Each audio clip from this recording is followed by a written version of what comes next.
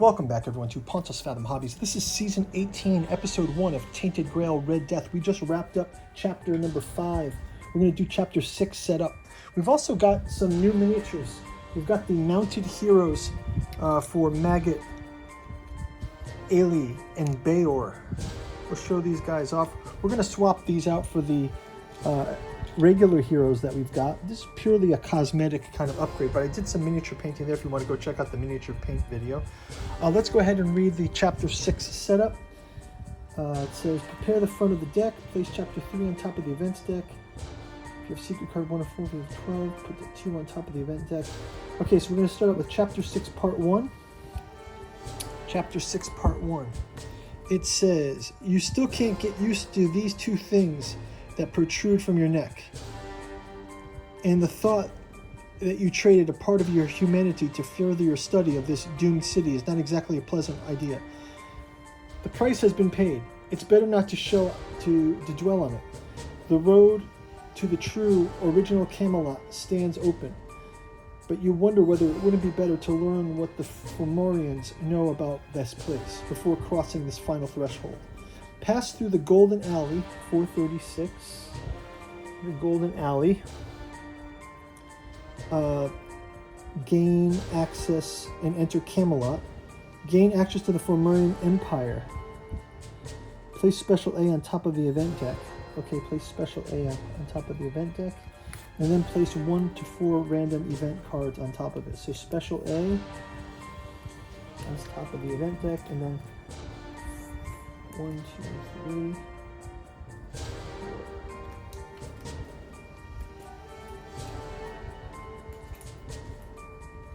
Okay, like this. 1,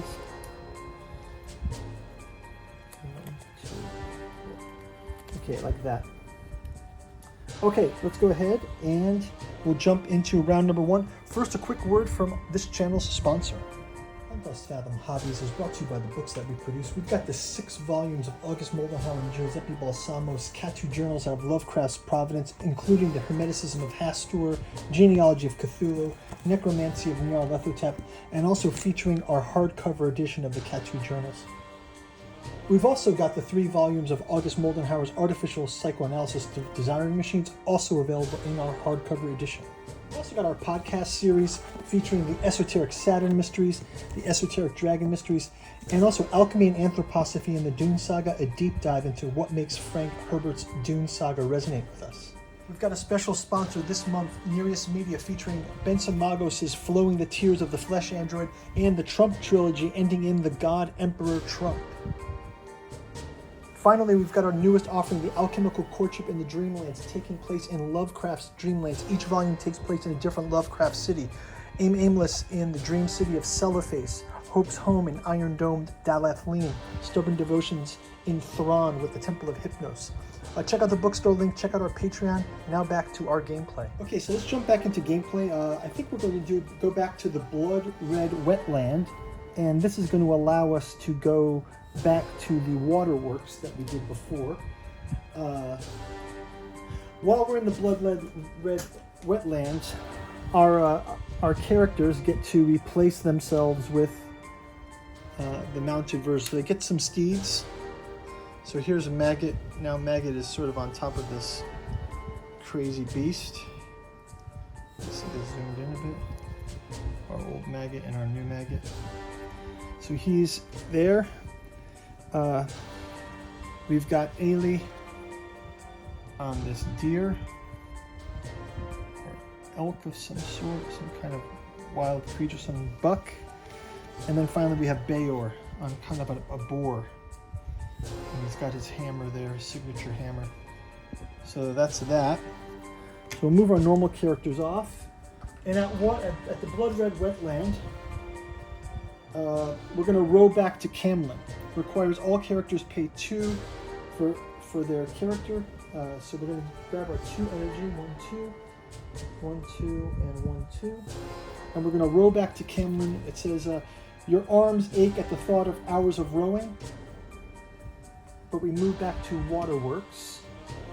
Discard all location cards. Place 432 waterworks on the table and all characters on this location. And we discard these cards. And the exploration is going to end with that. So let's plan to start our next turn. We're going to advance our down city one. And let's go now to the next turn. We can refresh our health. We will consume a food each to refresh our health.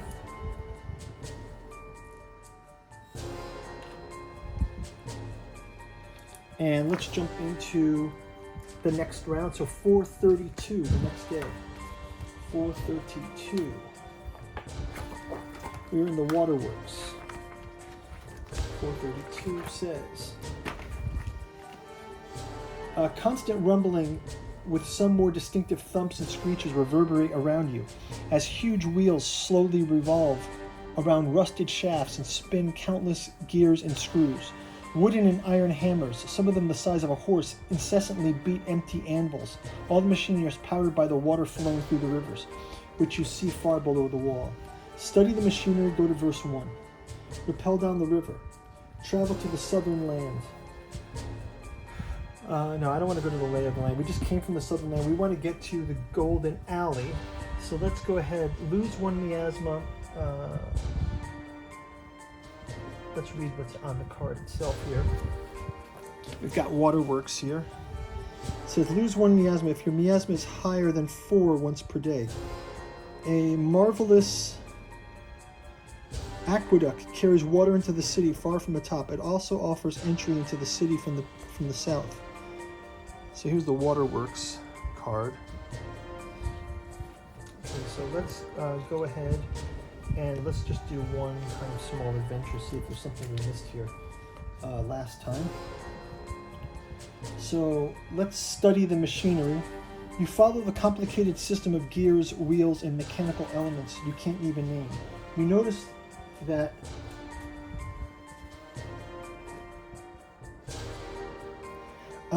you follow the complicated system of gears, wheels, and mechanical elements that you can't name. You notice that long pipes with wooden screws pump water from the river into 2 large water tanks, but the water has decayed and only a thin stream comes out. Water wheels also power an abandoned yet tireless forge where bellows with ruined bags move up and down. The hammers beat empty anvils. You wonder what they will produce here.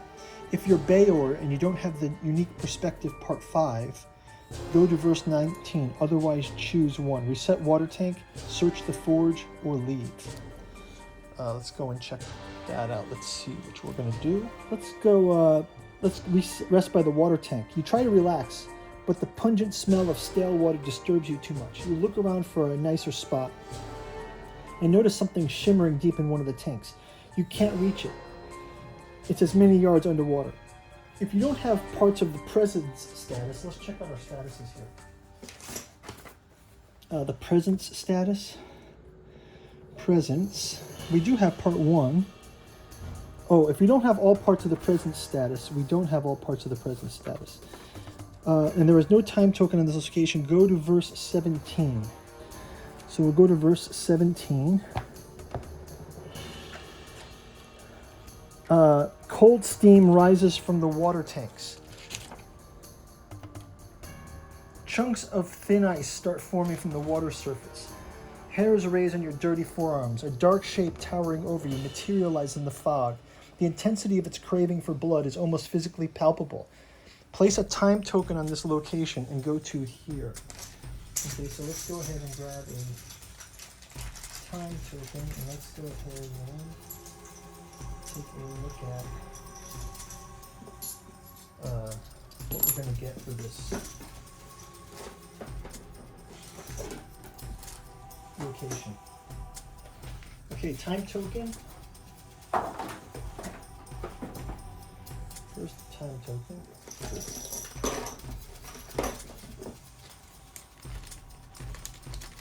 Place a time token on this location. And we'll place a clock here. Like this. Okay. And now we're going to go to 5.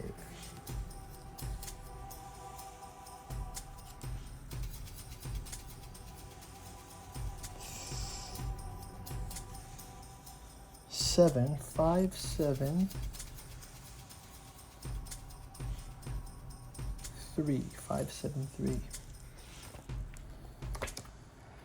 5, 7, 3.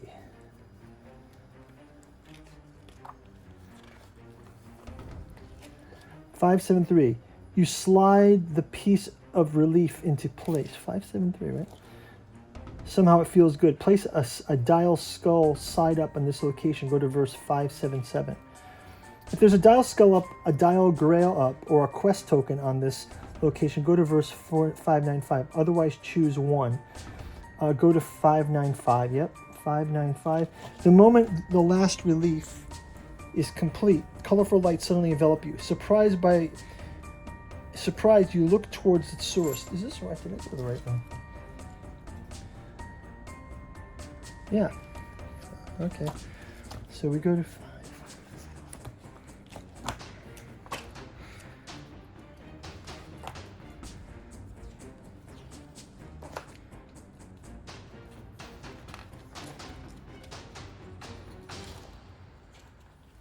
Okay, 595. The moment the last relief is complete, colorful light suddenly envelops you. Surprised, you look towards its source. Part of the wall with the pale lady's painting slides in open its way to the corridor lit with large stained glass windows along its left wall. Intrigued, you follow it, only to emerge in a giant room with the remains of the shattered round table. Remove all dials and quest tokens from this location. What's going on? I don't even know what these dials and quest tokens are, and they're all gone already. Go to 727. 727. You stand in a large round room. Specks of dust dance in the light coming from the shattered windows. A broken table takes the center place, surrounded by toppled chairs. A wide archway leads from Arthur's throne room. There are no tapestries nor paintings on the bare walls. Nothing that could distract the Knights of the Round Table. Inspect the room, go to 522. Go to the throne room 753. Let's go to 753. Finally, you're in the vast arched hall that Arthur used as a throne room. It's partially collapsed and blanketed in a large layer of dust. The throne itself serves as a perch for seabirds and is now covered in dung. Most of the stained glass windows broke when a part of the room came down, and now they are chillingly set to breeze, and it's almost free of miasma, letting you rest a bit before you move on. The entrance to the famed Merlin's Tower is visible in the corner of the room. Enter Merlin's Tower, 752. Attach the Merlin's Tower location, 495, to the top of Castle Camelot. Okay, so I got to put 495 to the top of Castle Camelot. 495. 495. 495, Merlin's Tower. So now we're going to go to the golden... so there's the castle. So here's Merlin's Tower. Right, Merlin's Tower. That's at the top of Camelot now. So we've got Golden Alley, Castle Camelot, Merlin's Tower. All of those are in scope for us. Merlin's Tower. Move all party members there and explore this location for free. Whoa, so we've actually we just jumped to Merlin's Tower, and now I think we can go down to Castle Camelot. So Merlin's Tower is 495. So let's go to 495. 490. 495, Merlin's Tower. Okay. Merlin's Tower. Through countless small floors, the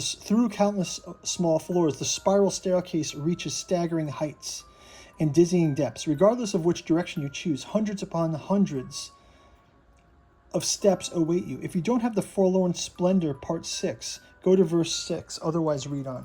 The Forlorn Splendor, Part 6, we don't have it. So read on. Climb up the wizard study. Climb down.